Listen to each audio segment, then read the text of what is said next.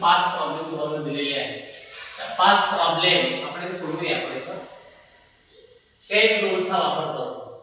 जेव्हा derivative problem सोडवता ते सोडवत असताना तुम्ही काय करायचं, सुरुवातीला y घ्यायचं. लेट y बरोबर हे घ्यायचं sin 5x आहे, नंतर इथे e⁻²x आहे. असे दोन फंक्शन, त्या दोघांच्या मध्ये रिलेशन कोणता आहे? प्रोडक्ट रूल आहे.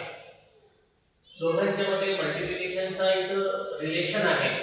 आता काय करा तुम्ही, इथं डिफरन्शिएटिंग म्हणा. सुरुवातीला differentiating with respect to x असं लिहायचं. आता आपल्याला माहितीच आहे y चा डेरिव्हेटिव्ह काय होतो? dy/dx असं लिहायचं. त्यानंतर पहिलं फंक्शन आहे ना, जसं आहे तसं ठेवा. नंतर हे दुसरं फंक्शन आहे, दुसऱ्या फंक्शनचा डेरिव्हेटिव्ह काढायचा, अधिक प्लस लिहायचं. दुसरं फंक्शन जसं आहे तसं ठेवा. पुन्हा पहिल्या फंक्शन डेरिव्हेटिव्ह काढा. Derivative of the first function हे sin 5x लिहायचं.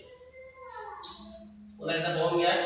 y चा डेरिव्हेटिव्ह dy/dx आहे. First function you keep as it is. Find the derivative of the second term plus second term you keep as it is. Determine the derivative of the first function. Okay, in this way we have to use the chain rule. अशा पद्धतीने आपण काय करायचं? chain rule वापरायचं.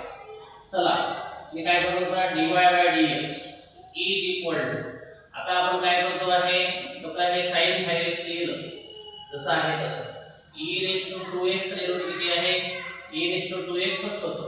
परत आपल्याला त्याच्या डोक्यावर कोण बसलाय त्याचा डेरिव्हेटिव्ह काढायचा. असं डेरिव्हेटिव्ह ऑफ 2x असं काढावं. ठीक आहे. पुन्हा एकदा सेकंड लेवल असल्यामुळे परत e⁻² किती आहे? 2x जसं आहे तसं sin